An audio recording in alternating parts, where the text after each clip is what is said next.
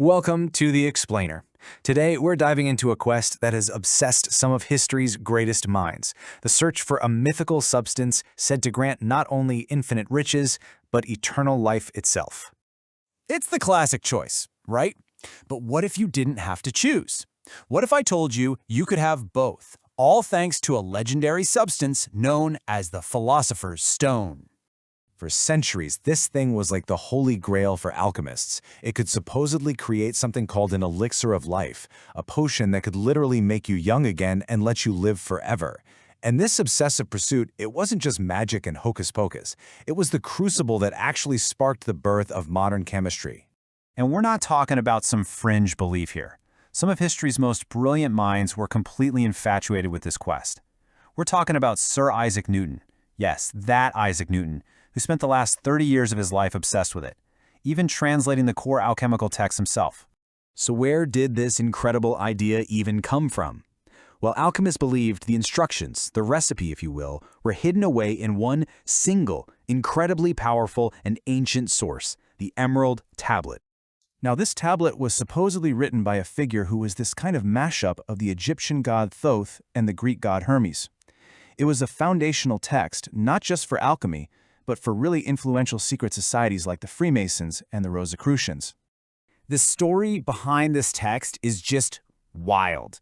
The knowledge is said to have started 36,000 years ago. Think about that. It travels on this immense journey from a lost civilization to ancient Egypt, gets passed through Arabic scholars, and finally ends up in the hands of medieval European alchemists. And here's the twist. According to the lore, Thoth wasn't actually a god at all. Nope, he was supposedly an immortal teacher from the lost, super-advanced civilization of Atlantis. The story gets even more specific. After this massive flood wiped out Atlantis about 13,000 years ago, and what's crazy is that date actually lines up with a real geological event, Thoth was sent to Egypt to basically start a new colony and save all their advanced wisdom for the rest of us. So for centuries, this recipe is locked away in confusing symbols and metaphors, a total puzzle. The trail goes completely cold, and then, out of nowhere, it pops up in the most unlikely place you could imagine, the internet. Yeah, in 2011, this book just appears on an online forum. It's 165 pages long, and it claims to have cracked the code. It says, "Forget the symbolism. Here's the step-by-step recipe laid out like a modern cookbook." And the very first line is just wow. It basically says, "The age of secrets is over. We're done with the mystical language. This secret, kept under wraps for thousands of years, is now being released to the entire world. For free." Okay, but don't think this was like baking a cake. The process it laid out was incredibly long and tedious. We're talking anywhere from 3 to 8 years of constant, careful work and perfect temperature control. A huge commitment. So what was the one secret ingredient? The key to the entire thing?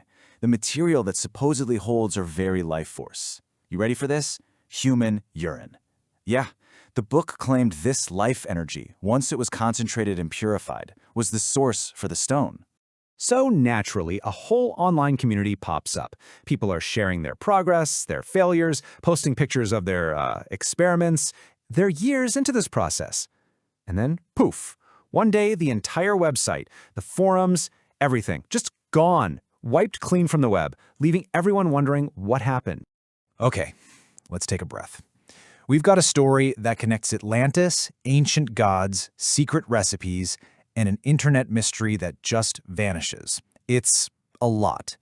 So now it's time to do what we do best. Let's separate the hard facts from the really, really elaborate fiction. Okay, first things first. The Emerald Tablet, singular, is absolutely real. It's a genuine historical text, at least 1,200 years old, and it was a huge deal for alchemy.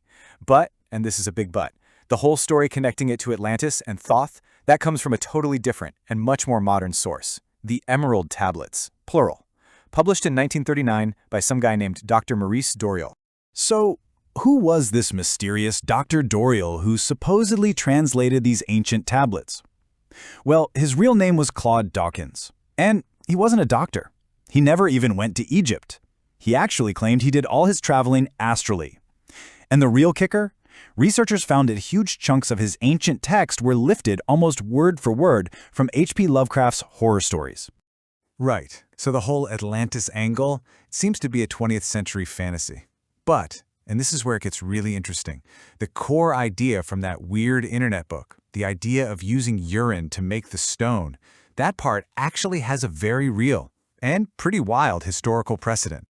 Let's go back to 1669. There's this German alchemist, Hennig Brand, and he is obsessed. He is convinced that urine, which he called the golden stream, held the secret to the Philosopher's Stone. So he spends years boiling and distilling over 1,500 gallons of it. Can you even imagine? So, did he find the secret to eternal life? Nope.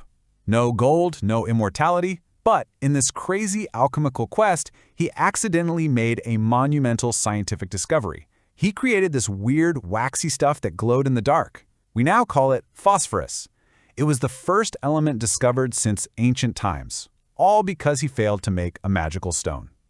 So, what about that internet book, the Book of Aquarius? Was it all just a big prank? Probably not. When you look at the sheer amount of work that went into it, 165 super detailed pages, referencing dozens of really obscure old texts, it doesn't feel like a hoax. The author was anonymous, they weren't trying to make any money. It was most likely the work of someone who genuinely, passionately believed they were sharing a world-changing secret. And really, that's what this whole bizarre story shows us, right? This pursuit of myth, whether it leads to obsession or a weird new religion, or even an accidental scientific breakthrough. It all points to this timeless human desire to figure out the universe and, maybe even cheat death. Which brings us to one last thing to think about. Let's say you actually did it. You succeeded. You hold the key to eternal life in your hand.